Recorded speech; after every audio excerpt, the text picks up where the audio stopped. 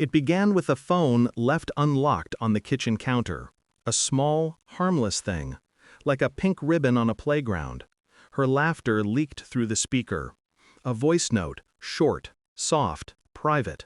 My wife's voice, but not for me. There was a tone in it I hadn't heard in years, light, tender, unburdened. The man's name blinked on the screen, Saad, a name I'd seen before, a colleague, a friend, someone who smiled too easily in my direction whenever I picked her up from work. The message ended. Silence filled the kitchen. The clock ticked. The refrigerator hummed. And inside me, something slow and quiet began to change shape. I didn't move for a long time. Didn't delete the message.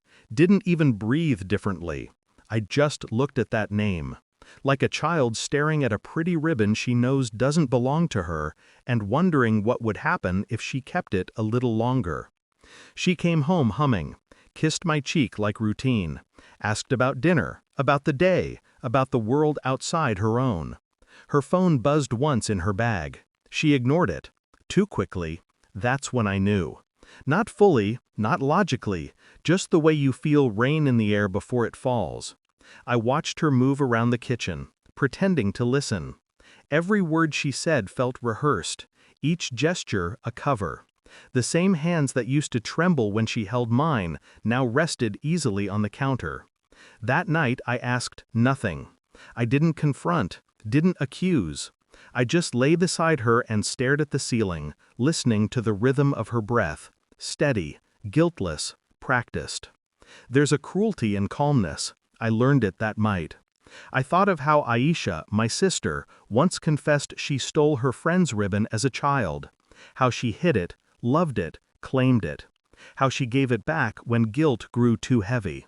Some things, she'd said, only look beautiful when returned.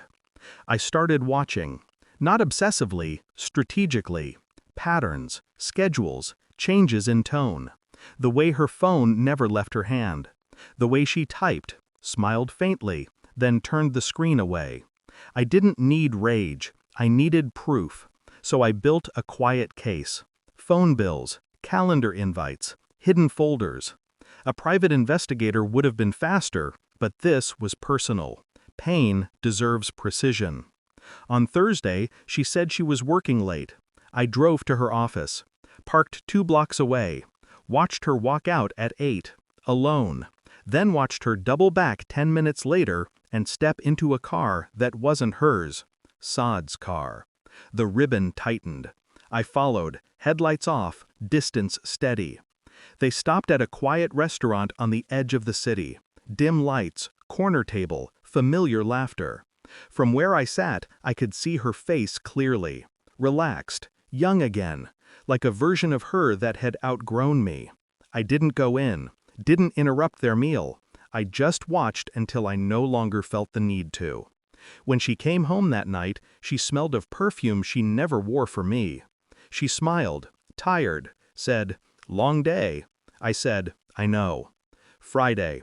I printed the photos, the call logs, the time-stamped texts, laid them on the table like exhibits in a quiet trial.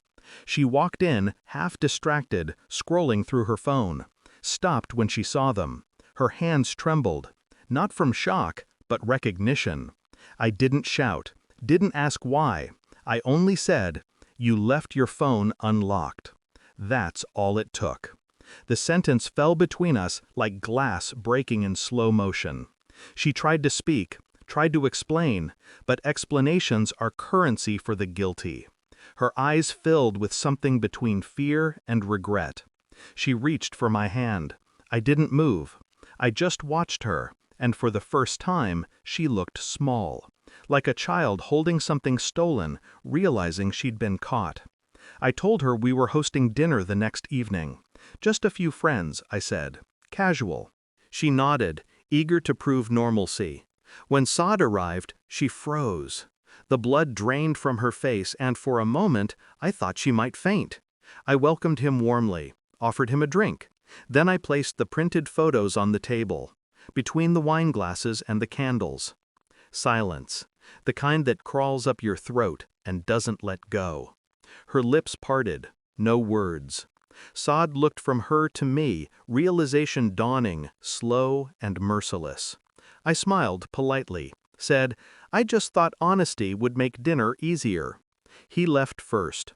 She followed, after whispering my name, once, twice, like it might still mean something. I didn't answer. The door closed. The room exhaled. I spent the night clearing the table, each plate, each glass, each trace of her. There's a strange peace in endings, a silence that doesn't ask for forgiveness. I walked to the drawer and took out the small pink ribbon Aisha gave me years ago. Faded now, frayed at the edges.